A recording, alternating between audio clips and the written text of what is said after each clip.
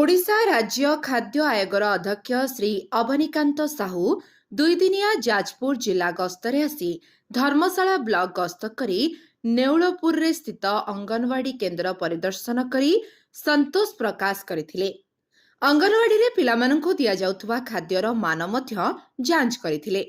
अंजिरा आश्रम स्कूल परिदर्शन करी छात्र छात्रींकर सुविधा असुविधा विषय पचारि बुझिथिले। मशारी टांगी शोइबाकू छात्र छात्रींकु परामर्श मध्य देइथिले। गोटे पब्लिक डिस्ट्रीब्यूशन सेंटर बुली मध्य देखिथिले। राशन कार्ड हिताधिकारींक तालिका केन्द्र रे प्रदर्शन करबाकू निर्देश मध्य देइथिले। एहापरे अपराह्न सर्किट हाउस जाजपुर ठारे एक समीक्षा बैठक रे जोग देइथिले। एही बैठक रे जिलापाल श्री अंबर कुमार कर, उपजिलापाल तापस रंजन देहुरी एवं अन्य विभागीय अधिकारींक सह जिल्ला रे कार्यकारी हेउथुवा विभिन्न योजना संबंध रे आलोचना मध्य करथिले। जिला जोगाण विभाग सह राशन कार्ड संबंध रे आलोचना मध्य करथिले।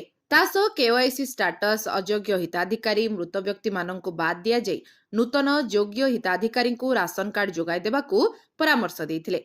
ब्लॉक एवं म्युनिसिपालिटी रे राशन कार्ड पोजिशन संबंध रे पचारि मध्य बुझिथिले। पब्लिक डिस्ट्रीब्यूशन सेंटर गुड़िक संबंध रे आलोचना करथिले। चाषी माननक ठारू धान संग्रह संपर्क रे आलोचना करी जिला समाज मंगल अधिकारी सह अंगनवाड़ी केन्द्र कार्यकर्ता भित्तिभूमि खाद्यर मान संपर्क रे मध्य आलोचना करथिले। कलिका केन्द्र खोलाजिबा संपर्क रे आलोचना करी समस्त अंगनवाड़ी केन्द्र को स्वच्छ पानीय जल और टॉयलेट व्यवस्था करबाकू परामर्श देथिले। धर्मशालार अंजिरा आश्रम रे नवम दशम श्रेणीर पिलामानंक निमंते हॉस्टेल सुविधा एवं जिला मंगल अधिकारी सहित आलोचना करी एहाकू तुरंत करबाकू आदेश देथिले।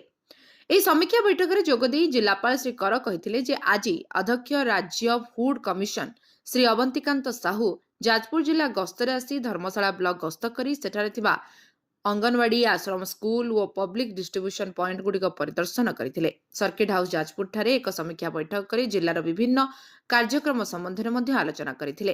तबे समीक्षा बैठक रे जिला जोगाण अधिकारी, समस्त विभागीय अधिकारी, राउतरापुर, सांसुआर, सुजनपुर, भुवनेश्वर पंचायतर सरपंच और उपर बरुआ समिति सभ्य गणमाध्यम प्रतिनिधिवृंद उपस्थित रहिथिले। जाजपुर अभिमन्यु मिश्रଙ୍କ रिपोर्ट, लिव लाइफ ओडिया।